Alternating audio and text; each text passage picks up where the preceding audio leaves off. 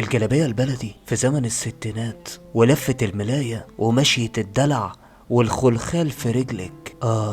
أنا بصدق إن الكل أنثى زمن، ومع إني كنت بريس الطباع والهوى إلا إنني عشقت حرية الأنثى وغجرية طبيعتها، شعرها السلاسل ومسكتها للملاية بيد وضحكتها المستحية، حركتها بخفة الأنوثة ودلع بنت حواء، مستمتعة بجسمها، فخورة بكيانها، عزيزة هي تملك أمرها. في لحظة تلاقيها رفعت رجليها البيضة بتطير شبشبها وعلى دماغك وفين يوجع، وفي لحظة تاني تبص على استحياء من عينك. صوتها ممكن يسمع البلد، وفي التهزيء أستاذة، وفي القوة غجرية، لكن زي الغريبة بتدوب لو اختارت.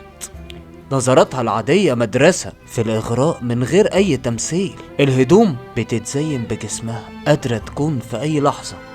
ليلة على شط بحر والقمر فيه بيغازل، والنسمة بتلمس صفحات المية تخليك هيمان، وفي ثانية تقلب بموجة غضبانة، والكل موجة معاها معنى، للدلع موجة وللغضب موجة، وفي لحظة الكيان الرقيق ممكن يتقلب إعصار.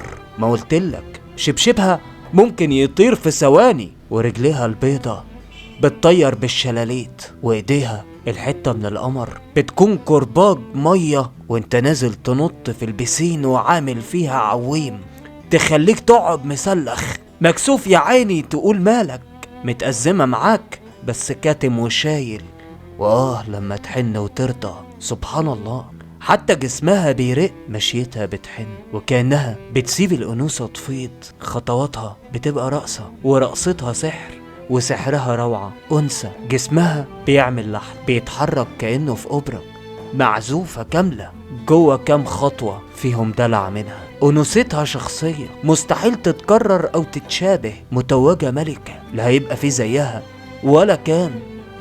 هي ببساطة أنثى غجرية تنتظر رجولة تفهم أنوثتها، لكن حتى أمام هذا الرجل ستضعف، لكنها لن تستسلم. هتدخل معاه في كل حالاتها، هتظهر بكل ألوان طبيعتها، لكن مش هتكون أبدا تقليدية. هي أنثى بطعم الحياة والبحر، ربيعية خريفية شتوية صيفية، حتى الفجر وحر الظهر وسقعة ليلة شتوية. هي القهوة وقت الغروب قدام البحر وصوت فيروز. هي عايدة الإتربي بتغني ونصير شمة على عوده. هي غضب النووي ووردة لسه بتتفتح. هي كل حاجة في كل وقت.